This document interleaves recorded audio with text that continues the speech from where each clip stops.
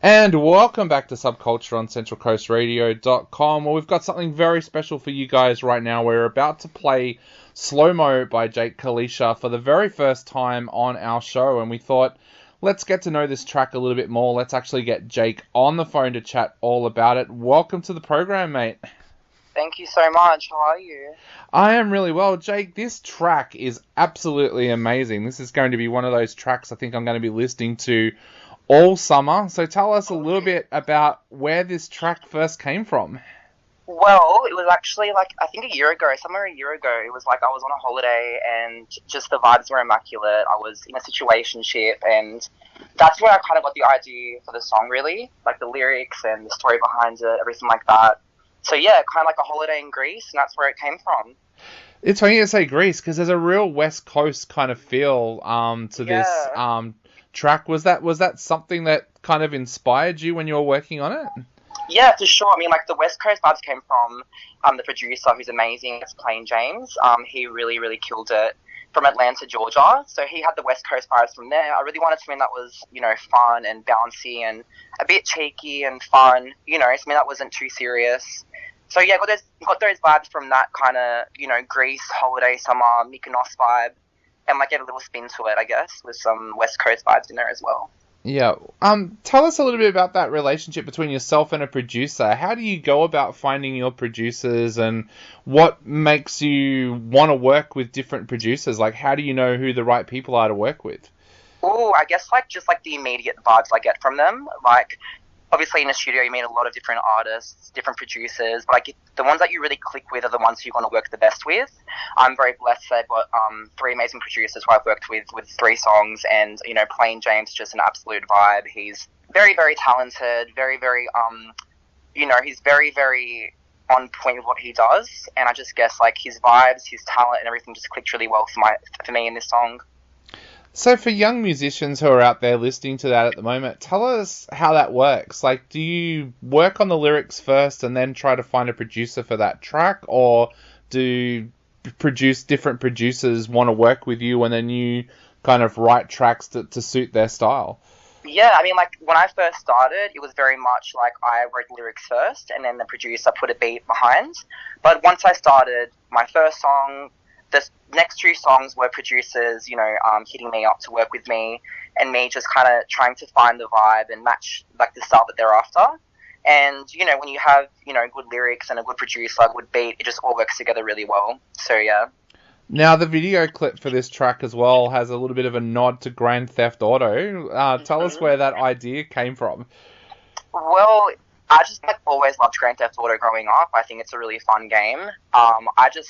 I think it was a very playful video, and I didn't want anything, again, too serious. So I kind of got the idea that we'd showcase, the side characters of Grand Theft Auto that no one really sees, the characters that the NPCs in the game that no one really hears of.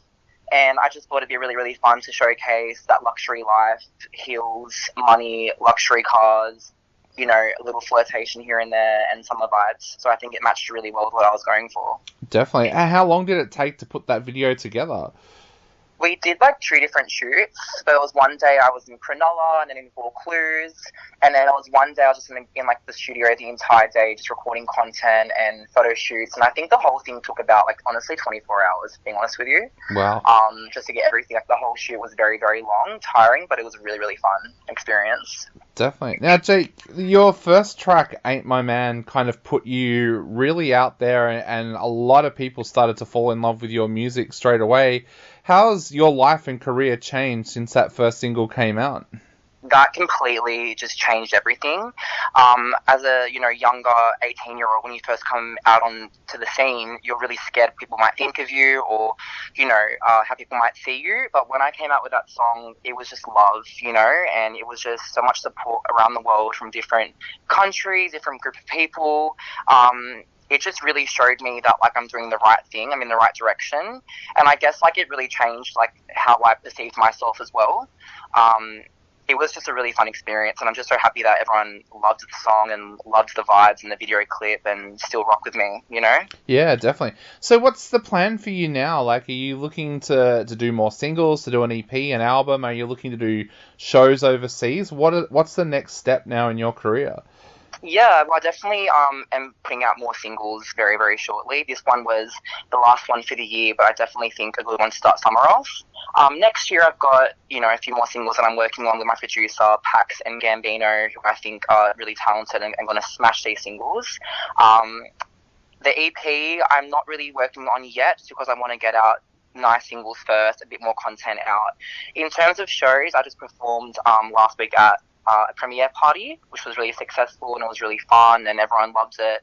But I'll definitely be doing some more shows later next year and hopefully getting myself out there a lot more. I was going to ask you a little bit about that launch. What was that like, getting out there and playing and performing Slo Mo up on stage like that in front of an audience? Oh, it was very surreal, I'm being honest with you. It was like, dancing and singing is not easy to do at the same time, but I definitely had one of the best times I've had in my life. All my loved ones around me, friends, family, exes, everything was going on. It was just a really, really good experience, and the support was just unmatched. You had cheering, you had screaming, people singing my songs. When you listen to that, it's just a different feeling completely. So I guess that was just the best thing about the whole thing.